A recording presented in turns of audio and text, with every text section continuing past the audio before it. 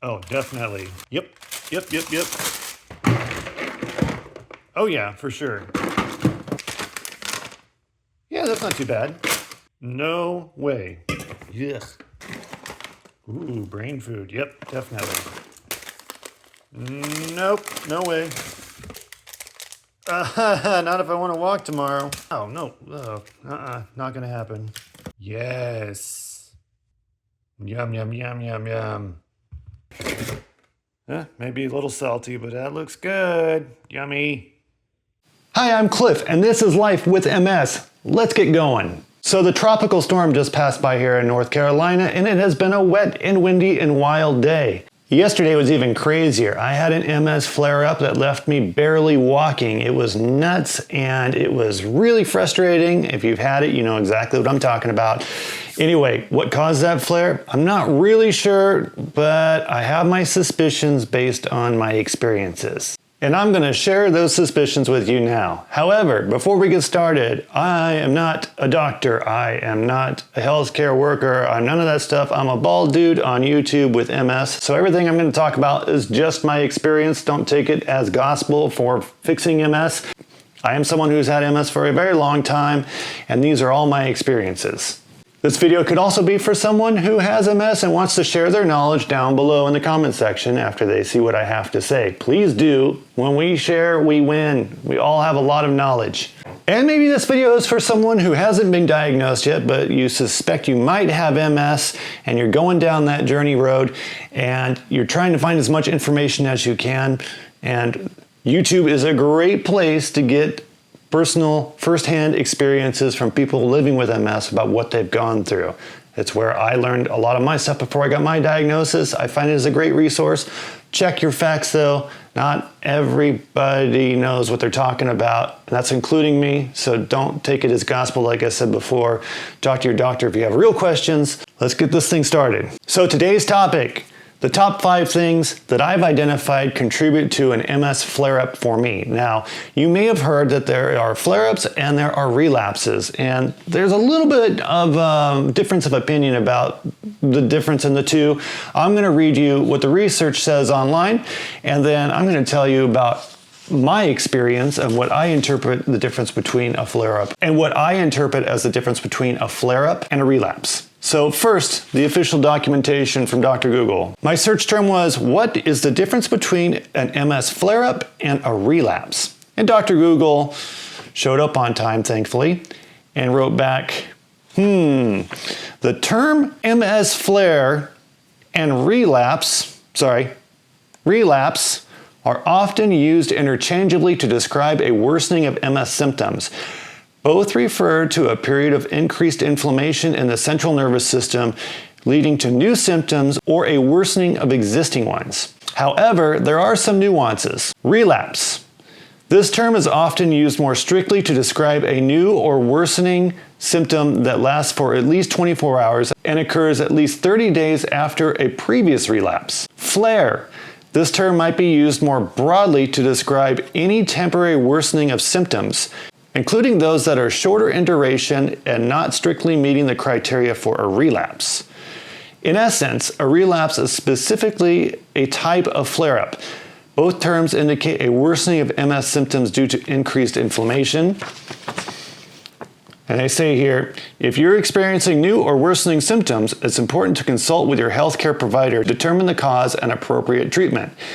They can help differentiate between a relapse and other factors that might be affecting your symptoms. Okay, so that's what they say officially on Google. That's what Gemini says. Here's what I say. When I have a flare, like I said on there, it usually lasts less than 24 hours. Now, there are certain things I know will trigger flares. In me. I have to emphasize that because I'm different from everybody else. But over time, I've learned that there are things that trigger flares in me. As far as relapses go, I don't think I've had any of those since I've started my DMTs. I've showed no progression on my MRIs. Now, it's important to note that MRIs are also different depending on where you got them scanned, how you were sitting in the scanner and all that stuff, and they're not 100% accurate as far as I know. Close, but not 100% accurate, and it's also up to the interpretation the radiologist or the neurologist reading the scan at that time to what they identify. So that being said, I don't think I've had a relapse in quite some time, especially since I've started my Kesimpta and also changed a lot of things in my lifestyle. These 5 things I'm about to talk about are mainly lifestyle related, and they are big changes, and that's what's required for me to find some level of management to my MS. I'm not going to say it's perfect. In fact, I know it's not perfect. Yesterday was awful, but I think there's a reason for that, and we're going to talk about that right now. Okay, so yesterday we had a big hurricane, Category 4, rising up in the Gulf of Mexico, and of course I'm in North Carolina. By the time the hurricane got here, it was a tropical depression, but regardless, the barometric pressure had changed and dropped drastically. I've identified barometric pressure as one of my triggers. Anytime pressure changes around me, like if there's a storm coming in, rain coming in, or even if I went scuba diving in Fiji and went down 40 feet, there's a video on that on this channel too, things happen, bad things happen. And those instigate flares in my system and really kick my butt. However, unlike before, when I was a little less experienced with MS, I used to just be so frustrated and get so depressed about being temporarily disabled for a day, not being able to move around, being super fatigued, vision was crazy, pounding headaches, the blah, blah, blah, all the symptoms were coming up. However, I've gotten to a point to where I just kind of accept my reality at this point, and I just keep thinking to myself, in my head, I keep thinking, tomorrow's going to be better, tomorrow's going to be better, tomorrow's going to be better, and today I just have to write off being stuck doing what I can do. And like yesterday, that means just kind of screwing around the house and sleeping, literally being up for an hour, resting for an hour, being up for an hour, resting for an hour, being up for an hour, resting for an hour. That gets really old, but it's what I can do. And I've accepted that to some degree. And today's better. So there you go. Barometric pressure seems to be one of the issues. And it seems to be consistent with me. Like, I have issues with this barometric pressure thing. Now, I looked up on Google. Is barometric pressure a thing with people with MS? Yes, it is. Does it affect all people with MS? Apparently not according to the research. But the research is still a little bit like, well, it's so hard to prove how it's affecting us that it's not concrete. So if you think you're losing your mind because your body's feeling weird when the barometric pressure is changing, it might not just be all in your head, or maybe it is all in your head because it's MS and it's messing with your brain and lesions and all that stuff, who knows? But the point is, barometric pressure seems to have some effect negatively on MS.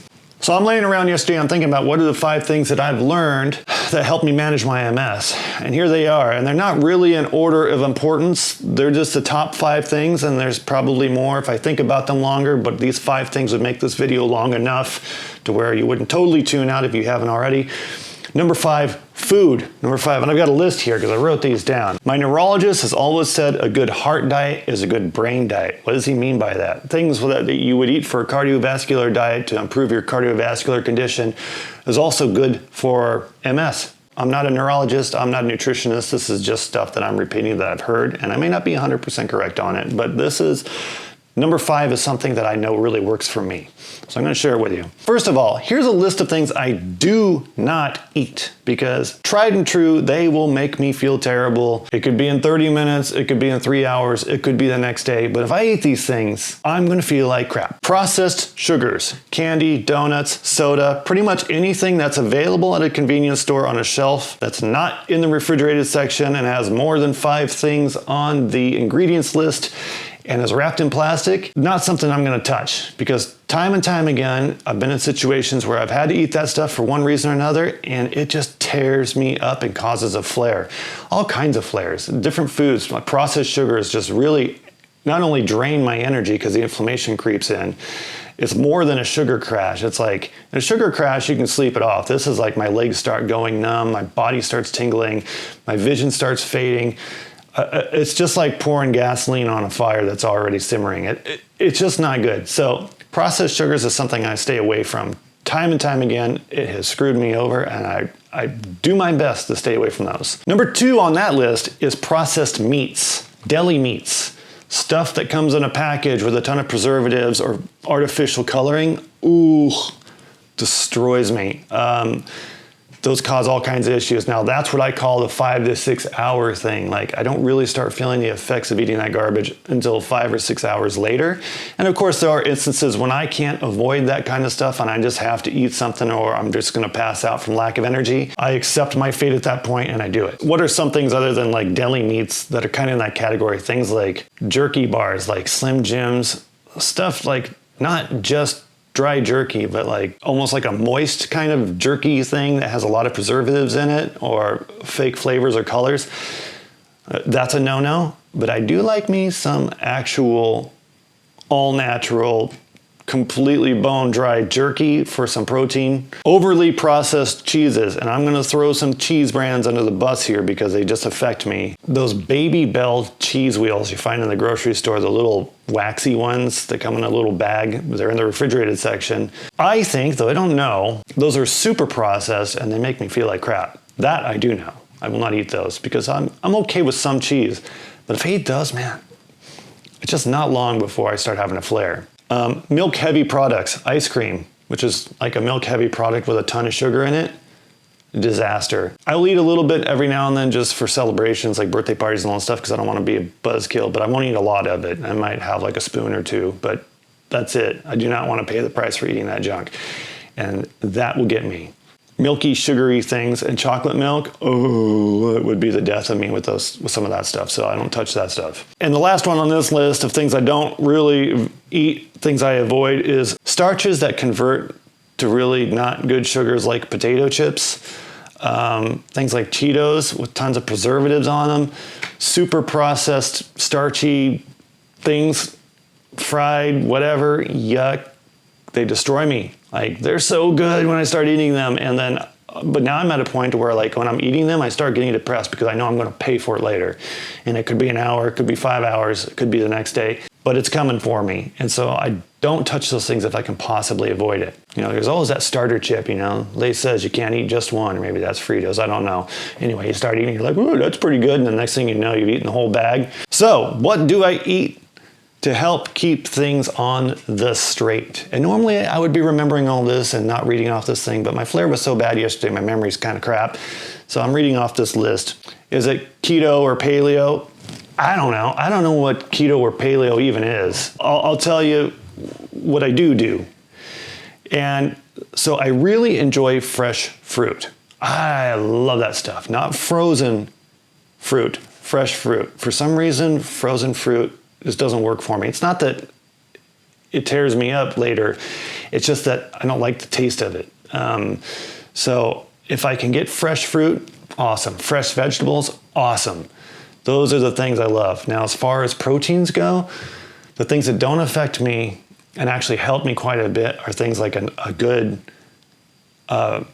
wild-caught salmon. And, you know, the problem with these things is if you don't want it frozen, you don't want it processed, this stuff's expensive, and that's one of my biggest gripes with this disease. It is freaking expensive. And I read recently, and even I think John Strum mentioned this on Real Talk a few weeks ago, that the average cost of this disease for someone with it is like something to the tune of $86,000 a year, which I totally believe. Like, it's insanely expensive. So to eat clean and eat lean and eat right so you don't feel like garbage all the time and have to dump drugs on top of that to make things feel better, I feel like I have to just spend the money up front and buy the good food. And that's a strategy that works for me, but there's a lot of people that can't do that. And that's kind of sad. That's actually really sad. But these are the things that help me. So salmon, lean chicken, never previously frozen chicken. It's always chicken that's never been frozen. And that's a personal preference. I think the protein's the same regardless, but the stuff that's never been frozen has a much better texture to it. Anything like fruits and nuts with a lot of omegas in them, unsalted stuff. I love that stuff because it makes me feel good. Even though the salted stuff tastes better, the unsalted stuff makes me feel better. So that's the stuff I kind of go towards. Now, there's a couple of caveats in here I want to talk about. I have to be a very active person to keep my MS at bay, and we'll talk about that in a second. And that requires a lot of caloric intake. I think my Fitbit tells me I burn anywhere between 3,200 and 38 calories a day. And to make up that level of a calorie deficit with things like fresh fruit and vegetables and fish is insanely expensive, and it's unrealistic. So on the days that I burn a lot of energy, I have to make up that energy because being fatigued from lack of food is almost as bad as having a flare-up from this stuff. I think in my case, it probably even increases the likelihood of a flare when I'm super hungry and my body's drained of energy. Sometimes I have to cheat, and I'm not gonna lie.